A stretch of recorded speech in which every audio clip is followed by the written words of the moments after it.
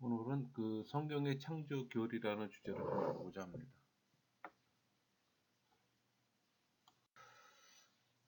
여러분, 성경의 창조 교리는 우리 우주 기원에 대한 어떤 유일한 견해일까요? 그렇진 않아요. 일반 세속 학문에서는 성경의 창조 교리에 대립되는 또 여러 견해를 제시합니다. 그러니까 성경을 진리의 말씀으로 받아들이지 않고 또 창조 교리를 거부하는 사람들은 자연히 우주 기원에 대한 다른 이론으로 흘러갈 수밖에 없어요. 그러니까 성경의 어떤 창조 교리를 반대하는 대표적인 세 가지 이론이 있어요. 그 이원론, 유출론, 진화론이라고 할 수 있습니다. 그 창조 교리를 반대하는 사상을 보면 그 이원론 같은 경우 하나님과 물질이 원래부터 스스로 존재하는 것이라는 전제에서 출발해요. 그 창조론, 이원론 둘 다 서로 다른 논리나 영원부터 존재한다는 면에서는 동일하다는 점입니다. 이 이원론은 본래의 물질은 조잡하고 불완전하나 하나님께서 그 불완전한 물질을 가지고 완벽한 우주를 만들어냈다고 주장해요. 그럼 이원론도 하나님께서 우주를 만든 것을 인정할까요? 그렇지는 않아요. 이 이원론에 의하면 하나님은 우주의 창조자가 아니라 구성자 혹은 조성자가 됩니다. 그러니까 이 주장에 따르면 하나님은 물질의 창조자가 아니에요. 단지 자신과 더불어 영원부터 함께 존재한 물질을 잘 활용함으로써 우주를 조화롭고 또 통일되게 구성한 존재에 불과하다는 결론에 이르기 때문입니다. 이 창조 교리를 부인하는 이원론 사상의 모순과 잘못은 뭘까요? 하나님과 물질이 모두 영원하다는 주장은 자체 모순입니다. 영원한 것은 반드시 무한한 법이고 또 절대적 법인데 어찌 대립되는 두 무한자가 병존할 수가 있겠습니까? 두 절대자가 함께 있을 수는 없습니다. 그중 하나는 필연코 상대적일 수밖에 없어요. 절대 무한자는 오직 하나님만 있을 뿐입니다. 여러분, 모든 물질은 그 구성과 배열의 흔적을 지니기 때문에 그것이 영원부터 스스로 존재했다고 볼 수는 없어요. 누군가의 계획과 목적에 의해 만들어진 흔적이 여실히 보이는 겁니다. 물질도 하나님과 같이 영원한 존재라면 물질이 하나님을 제압하지 말라는 법도 없어요. 만약 그 물질이 악한 것이라면 궁극적으로 선이 악을 이긴다는 보장도 없어요. 그렇게 되면 우주의 도덕 질서나 사회 체계는 그 근본부터 흔들리고 마는 겁니다.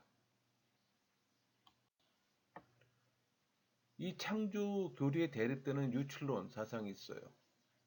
그러니까 우주는 영원하신 하나님으로부터 필연적으로 유출된 것이라고 얘기합니다. 이 유출론을 주장하는 사람들은 우주와 하나님은 본질상 하나로서 우주는 하나님 자신 혹은 그 일부분이 밖으로 드러난 것이라고 말해요. 이 유출론 사상은 하나님과 우주를 동일시하려는 모든 이 범신론적 관념들의 기초를 이루고 또 그 근거를 제공해요.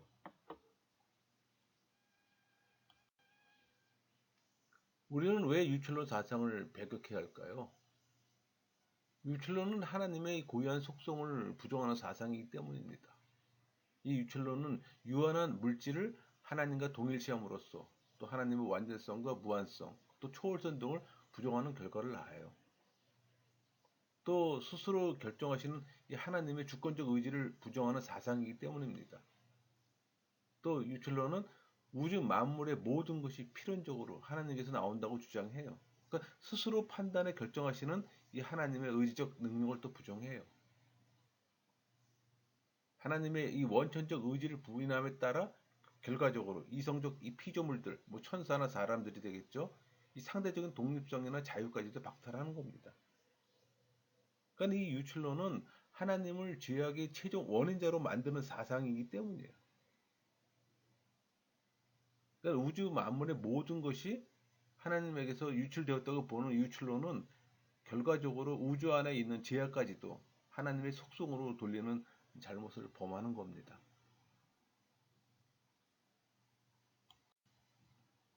또 창조교리에 대립되는 대표적인 진화론 사상이 있죠. 모든 생명은 자연 법칙에 따라 우주의 생성과 더불어 생긴 어떤 무기 물질에서 단순하고 미소한 어떤 원시 생명이 진화돼서 점차 보다 복잡하고 또 다양한 고동생물로 발전되었다는 사상입니다. 엄밀히 말하면 진화론은 생명의 기원에 대한 이론이지 우주의 기원에 대한 이론은 아니에요. 이 진화론자들은 진화하는 물질의 기원은 어떻게 설명할까요? 이 물음에 대해 대부분의 진화론자들은 물질의 우연 발생을 주장합니다. 어떤 사람은 물질의 영원성을 주장하기도 해요. 이처럼 주장이 통일되지 않는 것은 진화론이 과학적으로 철저하게 입증된 것이 아니에요. 단지 하나의 가설에서 출발한 어떤 추상적인 주장임을 보여줍니다. 여러분, 이 진화론은 주권적인 의지를 가진 지성적이고 이 도덕적인 절대자에 의해 뚜렷한 목적하에서 우주 만물과 모든 생명이 창조되었다는 이 성경의 창조 교리에 정면 배치되는 무신론적 사상이에요. 여러분, 진화론의 결정적 모순은 뭘까요? 물질의 기원에 있어서 맹목적인 어떤 우연 발생설이나 물질 영원설을 주장하는 점입니다. 그러니까 생명 기원에 있어 비생물로부터 생명이 생성된다는 점이에요.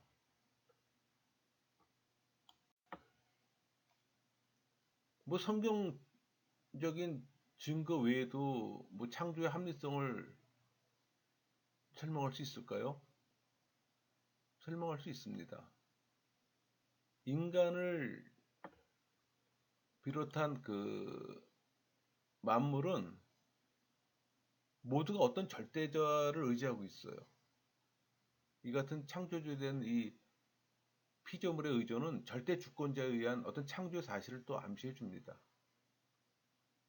또 하나는 인간의 의식은 분명 자기 자신이 다른 존재와 이 판이한 이 독립적 개체성을 가지고 있음을 또 인지하고 있어요. 이런 인식은 우리가 그 무엇으로부터 유출되었거나 진화되지 않았다는 사실을 또 인지합니다. 더불어 우리 자신이 이 독립적 창조자에 의해 창조되었다는 사실을 또 시사하기도 합니다. 또 상식적인 측면에서 고려할 때 증명할 수도 없고 증명되지도 않아요. 다양한 가정으로 이루어진 가설보다 전능자를 전제, 그분에 의해 우주 만물이 만들어졌다고 믿는 것이 더 합리적입니다. 또 우주 만물의 모든 물질은 원자라는 공통된 기본 단위로 구성되어 있어요. 그러니까 물질의 구조에서 발견되는 이 공통된 모양은 만물이 한 분 절대자에 의해서 뚜렷한 목적하에 창조되었음을 또 시사합니다.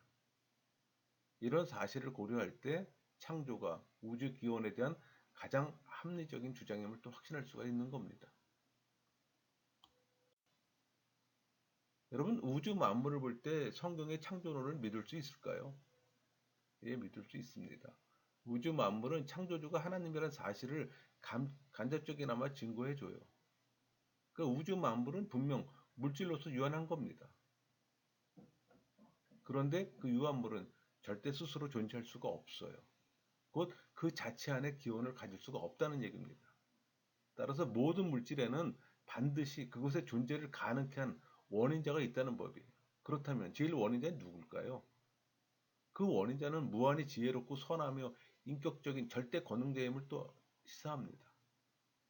그러니까 우리는 이 같은 합리적 증명을 통해 절대 권능자가 천지 만물의 창조했음을 알 수가 있는 거예요. 그분이 바로 여호와 하나님이며 또 그분에 의해 창조가 이루어진 이 구체적 방법은 오직 성경을 통해서만 발견할 수가 있는 겁니다. 이 성경의 창조론에 대해 과학자들은 어떻게 생각할까요? 실험적으로 증명된 법칙과 원리만을 중시하는 이 과학자들은 이 성경의 창조론을 단호히 배격할 것 같지만 실상 많은 과학자들이 오히려 하나님의 우주 창조를 받아들이고 나아가 더 적극 홍보하고 홍보기라기보다는 옹호하기도 합니다. 그러니까 몇 사람의 경우만 예를 살펴보면 엘 켈빈이라는 사람이 있어요. 그 우주 기원에 대한 과학적 연구를 하면 나는 하나님의 창조를 믿지 않을 수 없다. 과학은 창조를 반대하는 것이 아니라 오히려 변증한다. 또 이렇게 얘기했습니다. 또 윌리엄 톰슨이라는 사람이 한 말이 있어요. 창조주의 창조 의지 이외에 우주의 기원을 도무지 설명할 수가 없다. 또 C.A. 영은 우주에 대해서 보다 잘 알면 알수록 우리는 자연과학의 광명에 의하여 창조주 하나님의 모습을 더욱 선명히 볼 수 있다. 또 컴터는 우주는 치밀하게 계획된 통일체이다. 그리고 계획 있는 곳엔 지성적인 존재가 있는 법이다. 그 지성적 존재는 바로 하나님이다. 그러니까 성경에 기록된 하나님 창조 이론은 과학자들의 배척을 받는 비과학적 이론은 결코 아닙니다.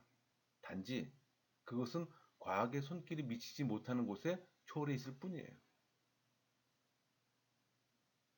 따라서 신앙의 눈으로 우주를 탐구하면 오히려 자연과학은 하나님의 만물 창조를 증거해 줍니다. 다윗은 이 사실에 관련해서 시편 19편 1편 하늘이 하나님의 영광을 선포하고 궁창이 그의 손으로 하신 일을 나타내는도다 하고 노래했습니다. 하나님에 의해서 창조된 창조 세계의 그 영역은 영적 세계와 물질 세계가 있어요. 그 영적 세계와 물질 세계는 어떤 기준으로 구분될까요? 인간이 오감을 통해 확인할 수 있는지 여부에 따라 구분됩니다.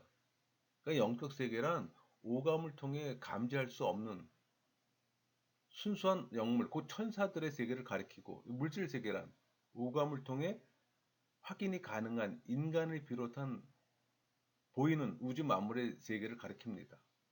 그러니까 성경은 물질 세계와 영적 세계 창조를 균형 있게 기록할까요? 여러분, 성경은 주로 물질 세계의 창조에 대해서만 언급해요.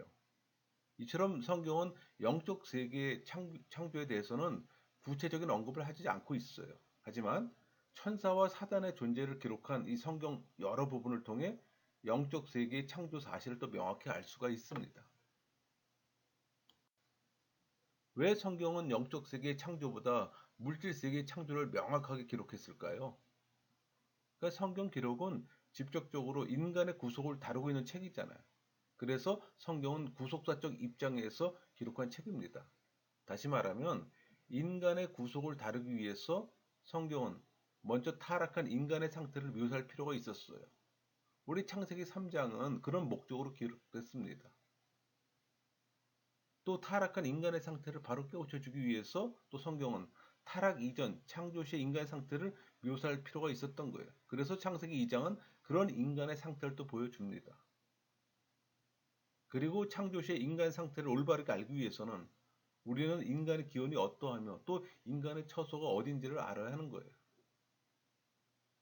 우리 창세기 1장은 이 점에 명확한 답변을 줍니다. 그러니까 물질 세계는 인간 처소로서 중요성을 가지고 있어요. 인간의 구속을 다루는 이 성경은 인간 구속의 역사를 밝혀주기 위해 또 물질 세계의 창조에 대해 명확하게 또 서술한 겁니다. 그 반면 천사의 어떤 기원을 다루고 있는 영적 세계의 창조는 인간 구속의 문제와 직접적인 어떤 관련성이 없기 때문에 그 서술을 생략하고 있는 겁니다. 여러분, 물질 세계 창조 기록인 우리 창세기 1장을 통해 우리는 과학적 욕구의 만족을 얻을 수 있을까요? 솔직히 만족스러운 결과는 얻을 수 없어요. 그 이유는 창세기 1장의 기록 목적은 결코 어떤 과학적, 지질학적 목적으로 기록된 책이 아니잖아요. 물질 세계의 창조를 다루고 있는 창세기 1장은 어디까지나 인간을 구속하기 위한 목적으로 기록된 겁니다. 만약 물질 세계가 인간 구속과 아무런 상관이 없었다면 성경은 물질 세계의 창조조차도 언급하지 않았을 겁니다. 그러므로 우리는 창세기 1장을 통해 인간 구속의 역사를 이해하려고 해야지 과학적이나 지질학적 문제를 해결하려고 해서는 안 되는 겁니다. 그렇다면 창세기 1장의 창조 기사는 비과학적인 기록일까요?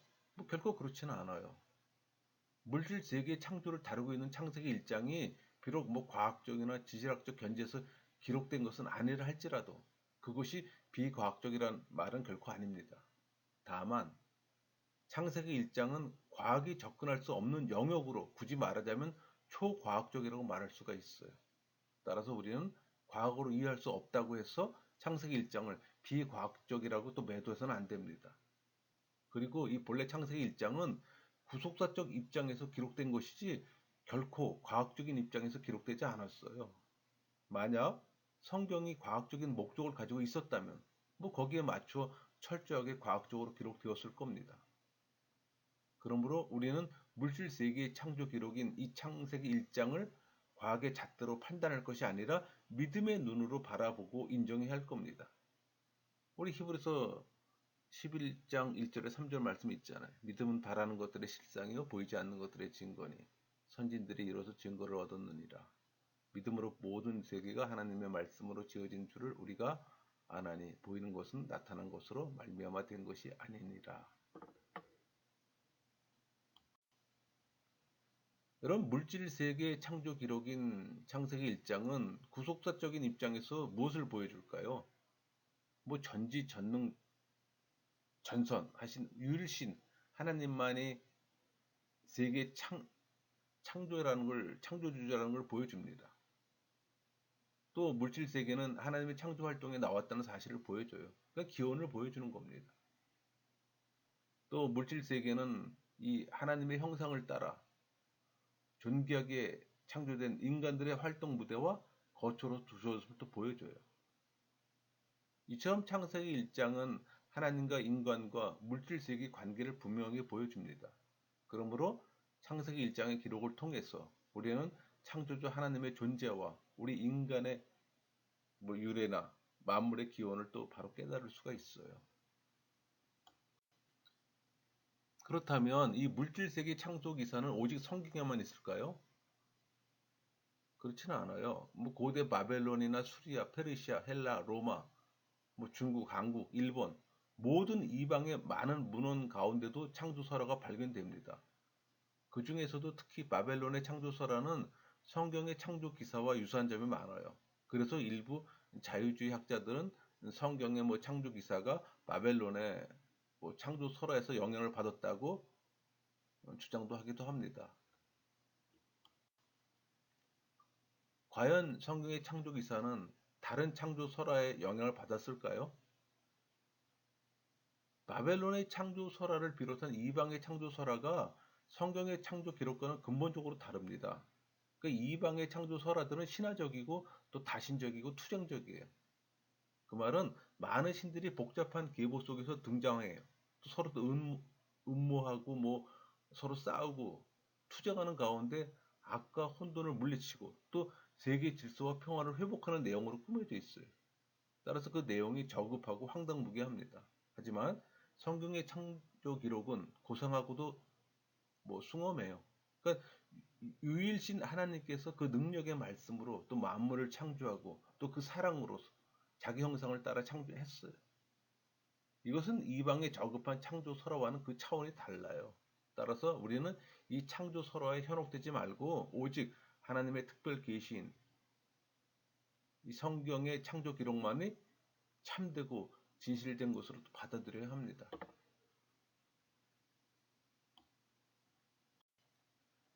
그럼 모세는 창조 사실을 목격하지 못했는데 어떻게 모세가 쓴 창조 기록을 믿을 수가 있을까요? 모세는 창조가 있은 지 수많은 세월이 흐른 후에 출생했잖아.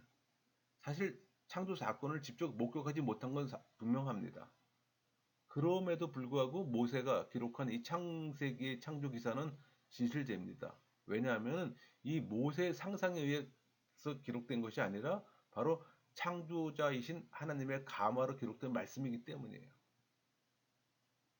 천지 창조의 기록은 창조자 하나님의 특별 계시로 주어진 진실한 말씀이기 때문입니다.